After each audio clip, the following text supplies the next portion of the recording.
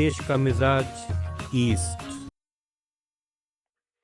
देश का मिजाज खबरें भारत के पूर्वी राज्यों से। छत्तीसगढ़ के नारायणपुर जिले में अबूझ माड़ पीस हाफ मैराथन का 5वां एडिशन बड़े ही जोश और उत्साह के साथ आयोजित किया गया।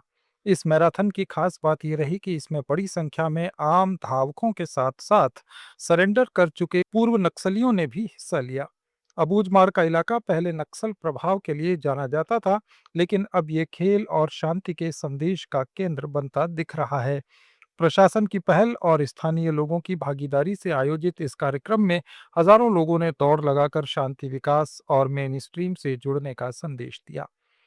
गृह मंत्री अमित शाह ने पश्चिम बंगाल की टीएमसी सरकार पर निशाना साधा है। उन्होंने बराकपुर में एक सभा को संबोधित करते हुए कहा कि बंगाल में हर तरह का प्रशासन विफल हो चुका है। 2026 का साल टीएमसी को टाटा बाय बाय कहने का है और अब विदाई का समय आ गया है। उन्होंने कहा कि बंगाल की जनता टीएमसी और कम्युनिस्टों से मुक्ति चाहती है। बाय बाय कहने का साल है, टाटा बाय बाय कहने का। बंगाल की जनता टीएमसी को कम्युनिस्टों से मुक्ति पाने के लिए आई और टीएमसी ने तो कम्युनिस्टों को भी अच्छा कहलाने का काम कर दिया। यहां कटमनी, भतीजे की दादागिरी, पुलिस का दुरुपयोग और घुसपैठ। केंद्रीय मंत्री गिरिराज सिंह ने पश्चिम बंगाल में अधिकारियों के बड़े पैमाने पर हुए तबादलों पर निशाना साधा है। उन्होंने कहा कि बंगाल की टीएमसी सरकार ने अधिकारियों का राजनीतिकरण करके सबको अपना पार्टी कार्यकर्ता बना दिया है। अब बंगाल का चुनाव इन अधिकारियों के भरोसे संभव नहीं है। गिरिराज सिंह ने ममता बनर्जी सरकार पर हिंदू समुदाय के खिलाफ अत्याचार का आरोप लगाते हुए कहा कि बंगाल की जनता ममता बनर्जी के अत्याचारों से तबाह हो चुकी है और खास तौर पर हिंदू समाज काफी पीड़ित है। उसके तबादले की मांग की।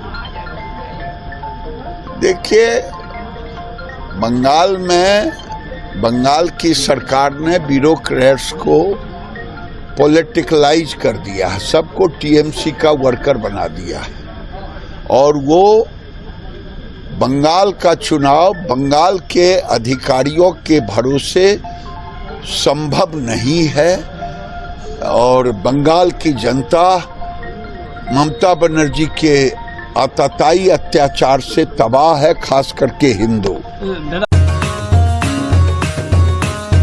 लेट्स माइक देश का मिजाज ईस्ट।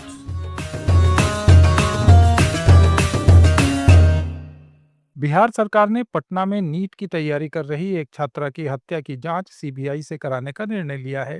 उप मुख्यमंत्री सम्राट चौधरी ने एक्स पर लिखा कि मुख्यमंत्री नीतीश कुमार ने इस प्रकरण की जांच सीबीआई से कराने के लिए केंद्र सरकार से औपचारिक अनुरोध किया है। पटना के एक हॉस्टल में रहकर मेडिकल प्रवेश परीक्षा की तैयारी कर रही इस छात्रा की संदिग्ध हालात में मौत हो गई थी, जिसे अब सरकार ने हत्या मानते हुए गंभीरता से लिया है।